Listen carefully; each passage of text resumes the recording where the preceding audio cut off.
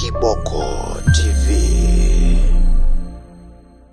Kwa hiyo kama ndivyo, sisi tukiwa kwenye mambo yetu ya kiserikali huku, tunasema tunatakiwa tujue viashiria vya upotevu wa amani, tuvizuie. Kwa hiyo unaposikia kelele nyingi hivi nini, yani kujipanga kuwa watakuwa kuja tarehe 9, tumejipanga kupambana nayo, huwa ni hatua ya mwisho. Lakini hatua ya kwanza ni kutumia nguvu nyingi, nguvu zetu nyingi, kuzuia jambo lile lisitokee. Kwa sababu wote tumeshuhudia linapotokea linakuwa na madhara mengi.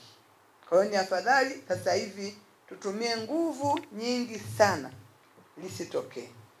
Lakini naomba niseme kuwa huenda adui yetu sio sisi kwa sisi. Adui yetu ni sisi, na huenda watu tunaowajua au tusio wajua. Na tunapotoa fursa ya kuwa adui ni sisi kwa sisi, tunazidi kuongeza mpasuko kati yetu. Kwa mimi niendelee kutoa shime, tukiwa Watanzania tujione wote sisi mmoja, si adui wa mwenzake, ili tuungane kupambana na huyo adui ambaye amefanya sasa tumekuwa tunataka kumeguka na kuachana. Lakini ili kufanya hivyo, natakiwa kila mmoja atimize wajibu wake. Kwa sababu leo tunaposema lazima tuombe, si kwamba serikali hatujajipanga au watu wengine hawajajipanga. Kwa sababu kila mmoja kwenye hili analo jukumu la kwake. Kwa mfano, tukisema serikali, nchi nyingi huwa zinajipanga, na nafikiri bajeti za nchi nyingi zinatumika kujipanga kwa ajili ya amani. Lakini kujipanga kwa serikali, wanajipanga na bunduki na vifaru na nini. Sasa hivyo sio vitu salama, sio? Manake vikitaka kutumika mara nyingi vinaacha madhara.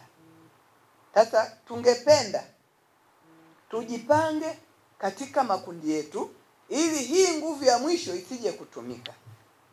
Kwa mfano, wazazi, kila mtu anatakiwa ajipange kama mzazi kumzuia mtoto wake asivunje amani.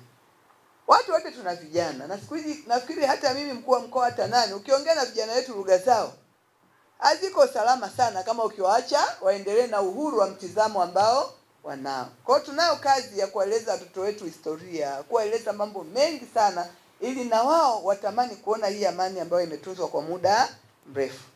Lakini vijana wanao majukumu pia ya kwao. Wanao majukumu kwanza ya kusikiliza wazazi.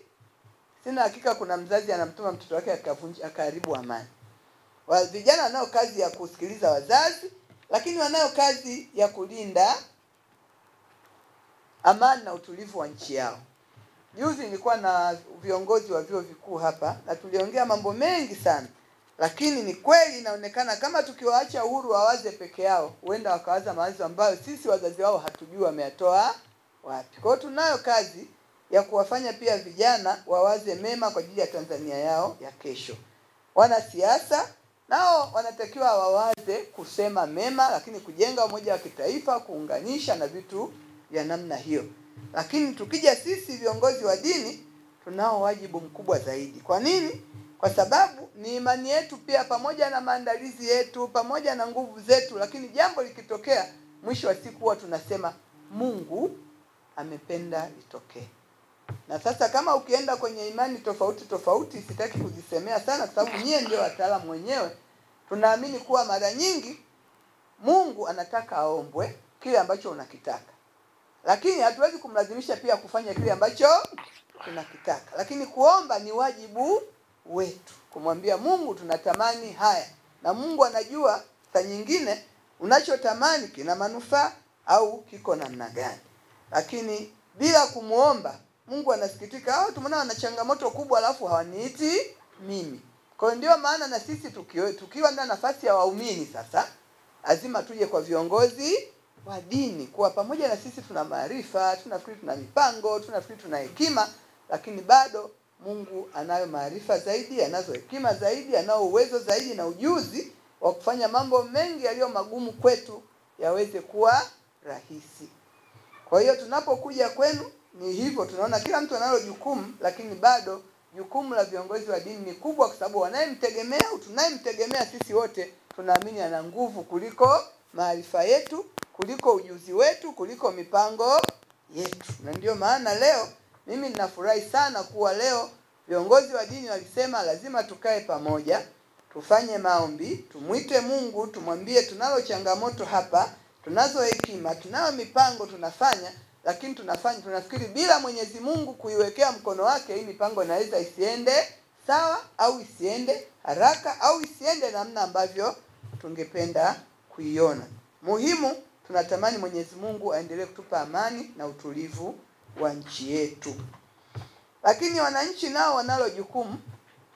Kila mwananchi mmoja mmoja naye analo jukumu la kulinda amani na utulivu wa nchi yetu kwa matendo yake, maneno yake, kwa sababu ukiona sasa hivi vitu vilivyopoteza kwanza amani kabla hata hatujafika kwenye matendo ni maneno.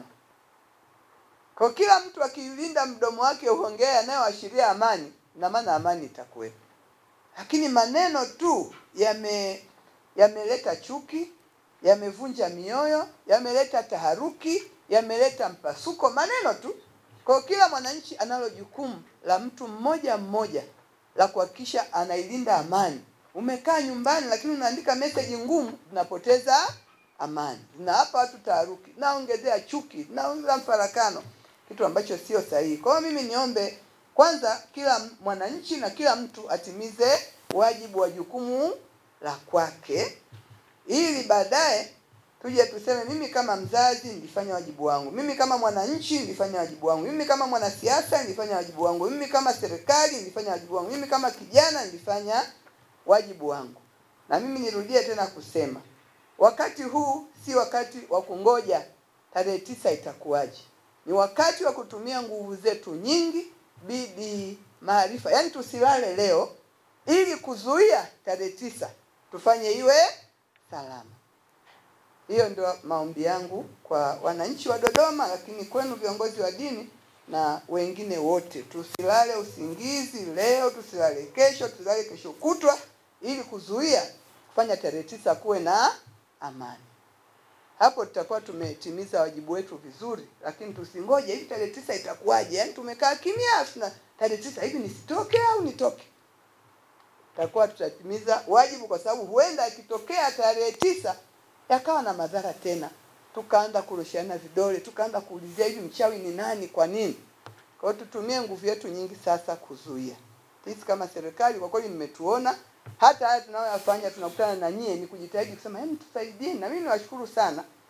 Siku ile baada ya kikao kile nawashukuru kwa sababu moja ilikuwa ni kwenda kutoa neno kwenye ibada la kuwaambia watu kila mtu afanye amani. Na mimi ni shahidi, nilifuatilia baadhi ya makanisa, baadhi ya misikiti walitamka wakisema jamani, tunu ya amani yetu ni kubwa, kila mtu ailinde. Kwa hiyo nawashukuru sana. Huo ni wajibu mkubwa na mlifanya kazi kubwa sana. Kiboko TV.